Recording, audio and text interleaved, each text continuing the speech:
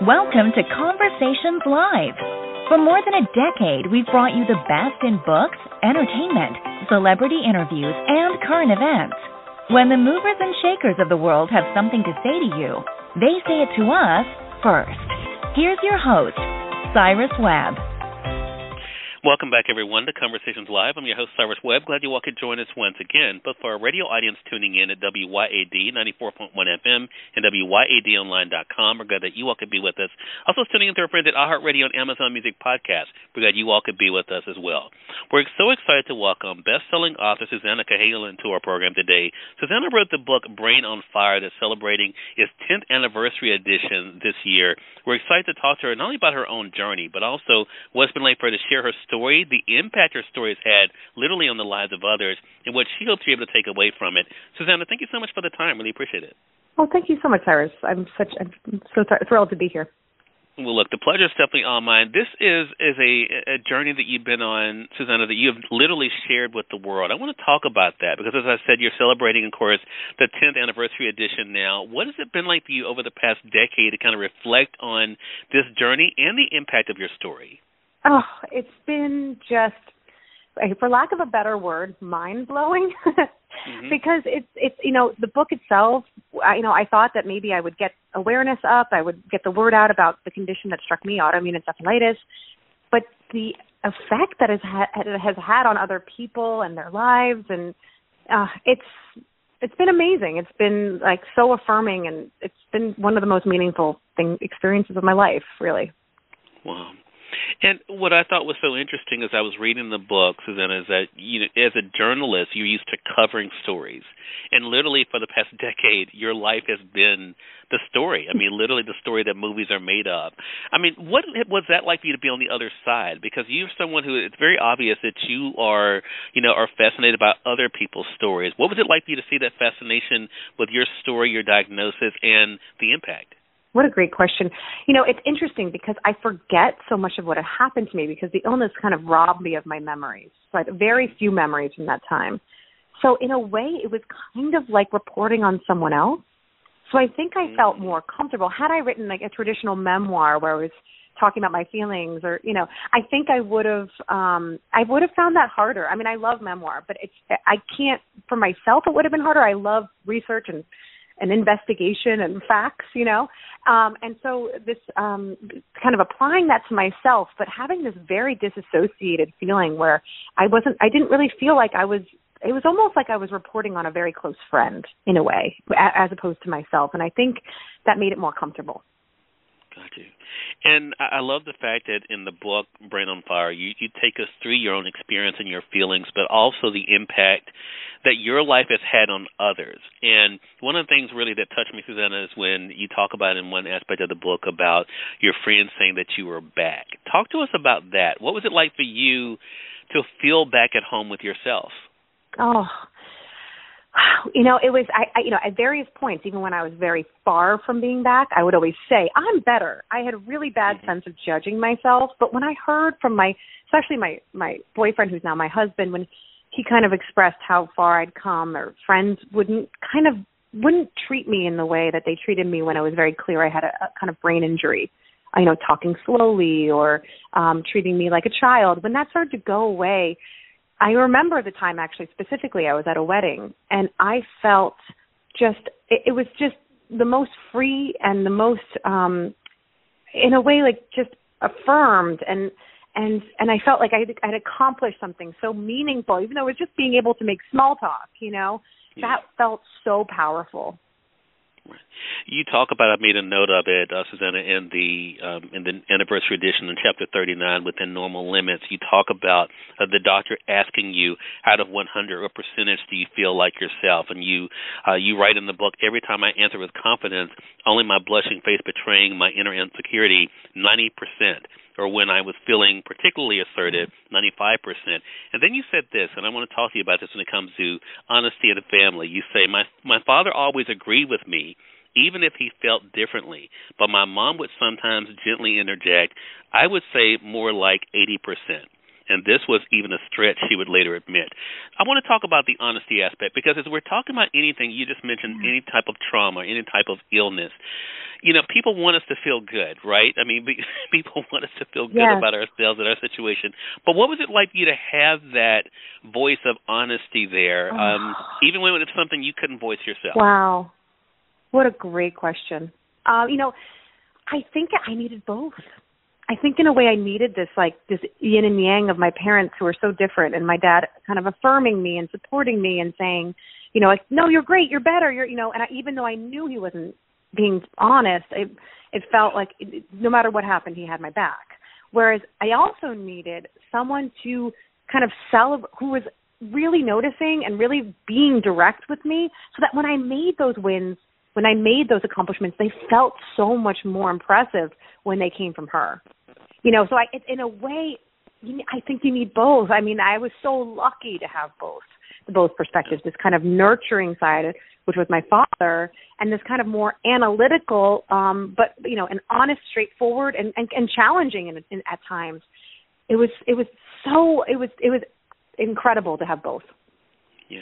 And I don't know, in terms of your question, a beautiful question about what do you do, like, for someone who is ill, who is going through this, you know, which one do you do? Like, I don't know which one's more important. You know, it's really hard. It's a really hard space to be a caretaker in these situations. Exactly. I totally get it. And this was, I'm so glad you just said that, Susannah, because I was actually the caregiver for my grandmother the last 9 years of her life. And there were times when, you know, you wanted to be that cheerleader, right?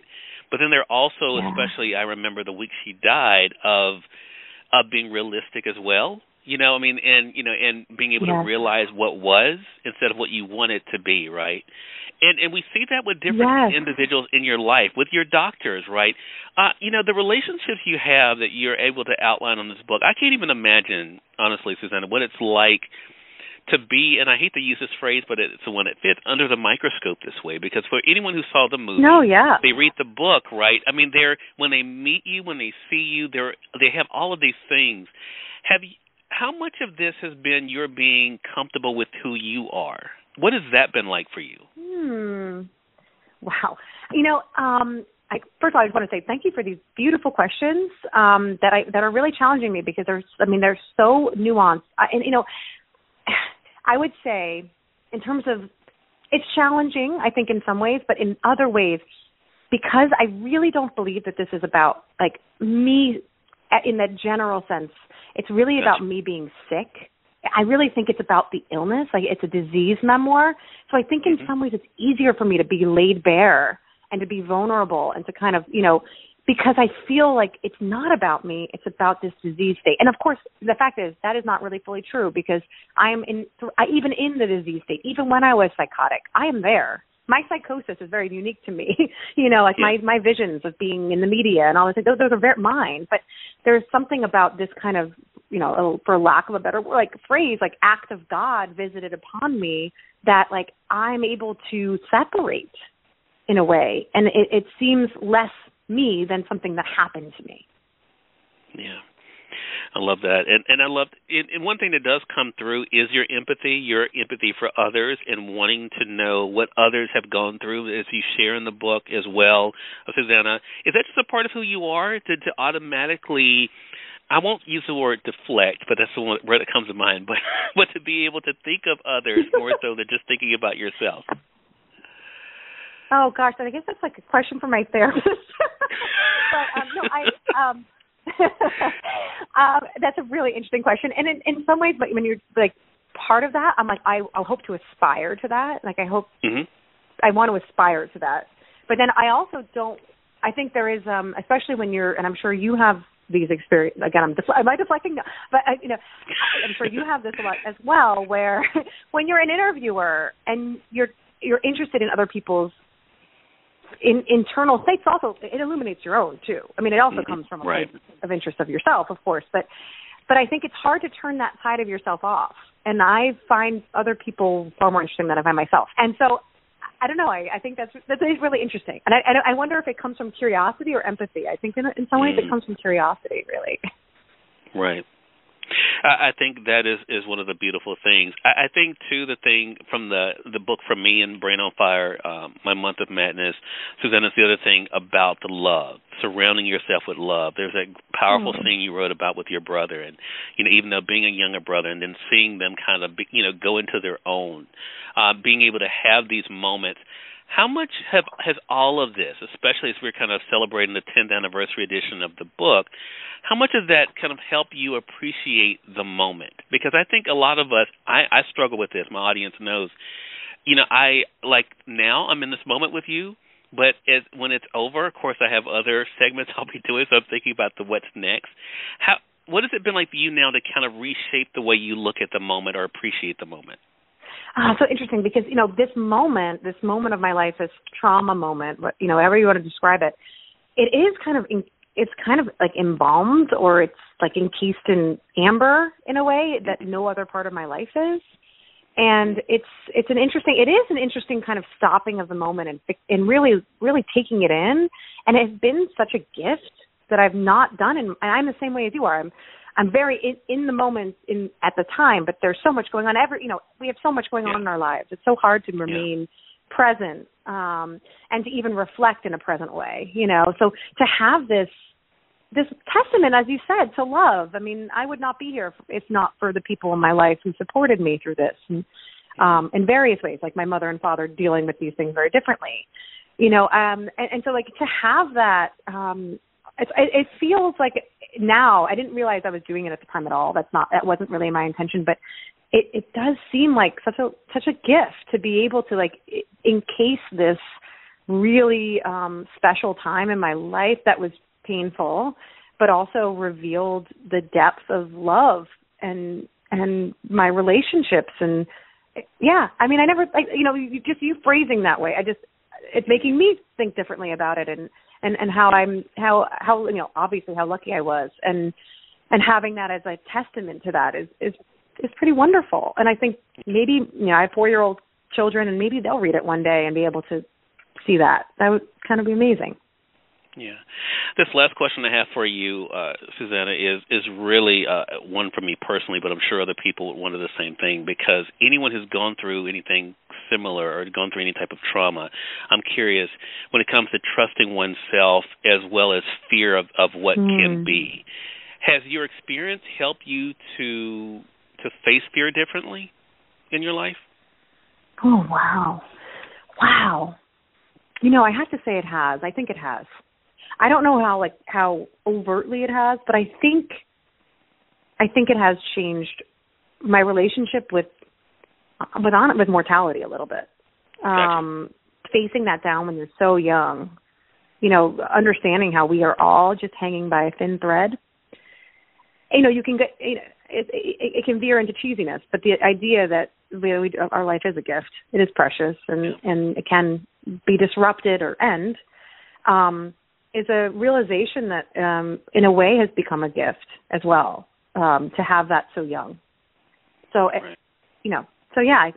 it's definitely. I think in some ways, in some ways, it has changed my relationship with fear. It's hard to say that I have this different relationship with fear before. I was never faced in that same way with that kind of fear before. I don't know how I would have responded, but intuitively to that question, I feel that the answer is it had to have changed me on that level. Well, Susannah, thank you for a beautiful conversation and a great book. Again, everyone, Susannah Cahalan has been our guest. Brain on Fire, My Month of Madness, the 10th anniversary edition is available now through our friends at Amazon or through your favorite local bookstore. If they don't have it, I know they'd be more than happy to order it for you. Susannah, how can our audience stay connected with you? I'm on Instagram at SUS Cahalan. I'd like to change it. SUS Cahalan. I just want to tell you that this has been just an extraordinary conversation, and thank you. I've talked about this book for 10 years, and the questions you brought up I've never heard, and in the way that they were, I just thank you so much. It really was meaningful for me. Thank you. Thank you for the gift. I appreciate it. Looking forward to chatting with you again. I would love that. All right. And we thank your audience for tuning in to another great segment of Conversations Live. Until next time, I'm your host, Cyrus Webb, saying as always, enjoy your day, enjoy your life, enjoy your world. Thank you all for choosing Conversations Live. Now let's go make today amazing. Take care.